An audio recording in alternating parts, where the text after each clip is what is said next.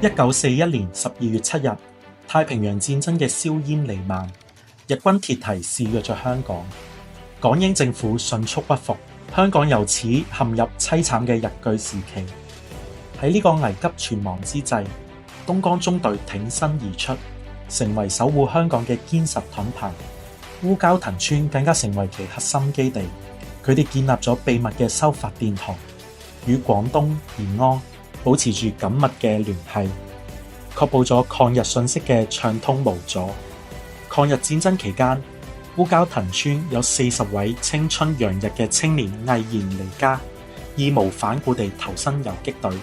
佢哋之中嘅9位更加為國為港獻出咗寶貴嘅生命。我係港島大隊嘅戰士，叫林真。烏蛟騰村係喺我哋港九大隊開發嘅一個游擊隊嘅基地。呢個基地成立嘅時候咧，首先係由我哋當年嘅港九大隊隊長蔡國華入村開發嘅。村嘅山上邊叫做石水間村。咁石水間村咧，地勢比較高，但係路途係好難上嘅。咁佢就認為呢個地方咧係好秘密嘅地方，就設計咗電台放喺呢度，作為與黨中央直接聯繫嘅一個信號點。咁根據當時嘅需要咧，係設咗6部電台，工作人員咧將近20人。喺港九大隊進村之後，大部分嘅村民都參加咗抗日嘅工作，有民兵啊，有婦女會啊，有兒童團啊，有民運員啊，各樣嘅各司其職，但係都係喺黨嘅領導底下進行嘅。喺呢個1942年嘅9月25號，亦即係當年嘅中秋節第二朝早，即係日本軍隊咧就突然間進村掃蕩，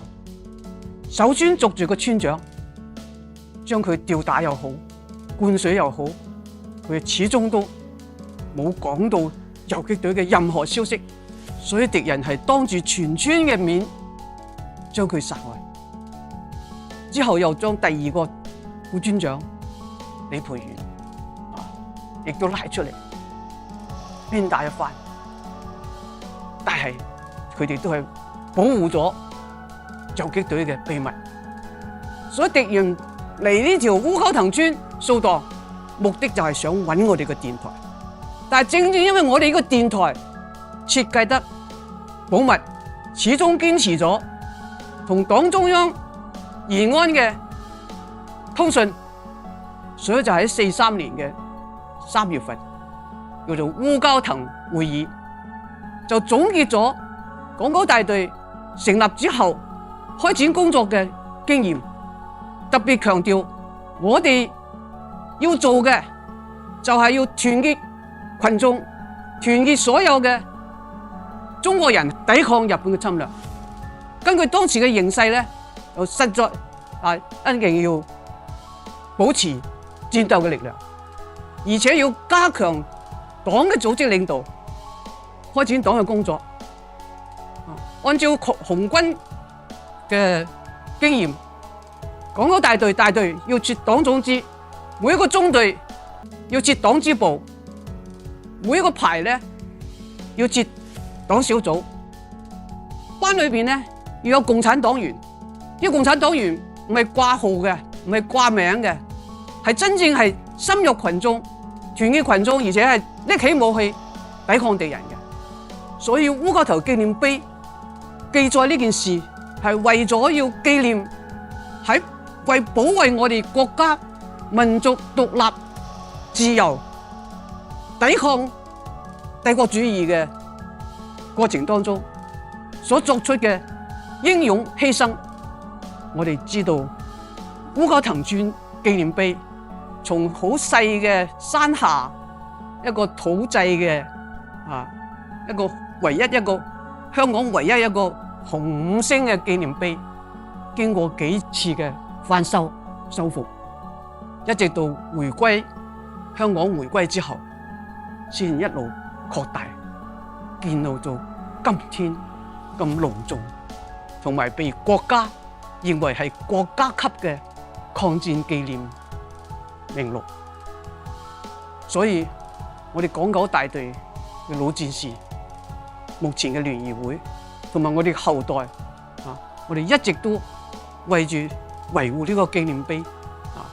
做宣傳嘅工作，作為我哋愛國教育嘅基地即使係前2年喺黑暴污衊我哋呢個紀念碑，寫咗係佢哋嘅紀念碑我哋都當時即刻組織咗群眾，組織咗所有愛國團體進行聲討，講清呢件事實。我哋認為呢個紀念碑被列為國家級嘅呢個名錄係有好重要嘅意義嘅，係要讓我哋千秋萬代永遠記住，對敵人只有我哋跟住共產黨組織起來，就一定可以打勝佢。呢間羅氏大屋咧，係我外公羅奕輝咧，係作為一個巴拿馬華僑，1930年起好嘅，依家90幾年歷史啦。羅家嘅第2個仔叫羅宇晴，就帶住一支武工隊，就翻過梧桐山，就過咗嚟呢個地方，就喺呢度歇咗腳，食咗飯，再往前面嘅山區去建立游擊根據地。一個好有紀念價值嘅抗日史蹟，而且呢間羅家大屋咧，走出咗11個抗日戰士。羅家呢11個人作為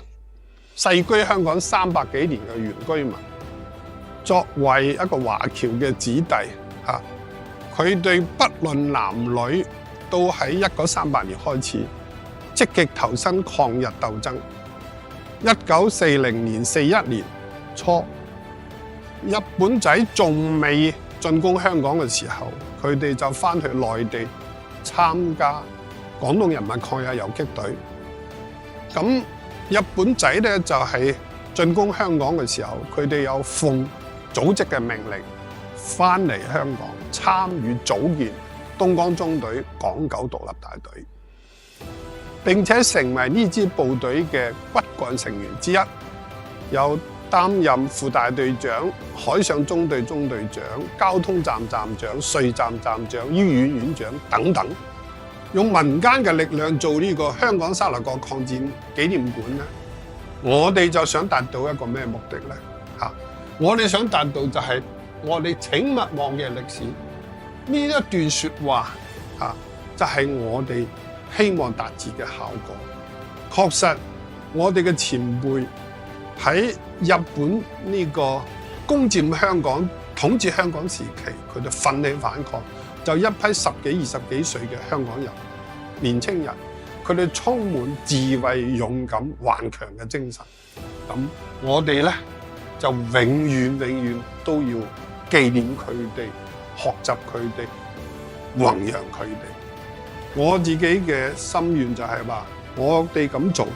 第一係為國家盡忠，第二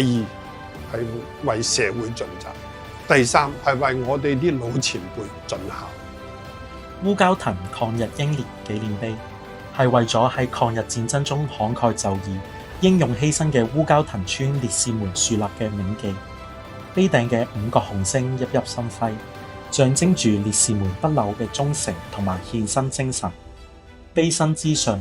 真身將軍親筆寫嘅抗日英烈紀念碑幾個大字，筆力剛勁，氣勢恢宏，無聲地訴說住嗰段血與火嘅歲月。基座之處還書住浩然正氣4個大字，字字鏗鏘有力。紀念碑旁2座偽新碑文座默默屹立，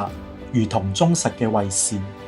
守衛住烈士們嘅英名同事蹟。佢哋細緻地記錄住烏蛟騰村人喺抗日戰爭中嘅英勇事蹟，讓後人得以深入了解嗰一段可歌可泣嘅抗日歲月，感受烈士們嘅堅定信念同無私奉獻。作為香港首座擁有紅5星嘅紀念設施，烏蛟騰抗日英烈紀念碑具有無與倫比嘅歷史地位同埋重要意義。2015年8月13日，佢被中華人民共和國國務院正式列入第2批國家級抗戰紀念設施為指名錄，永遠銘刻喺中華民族嘅歷史長河之中。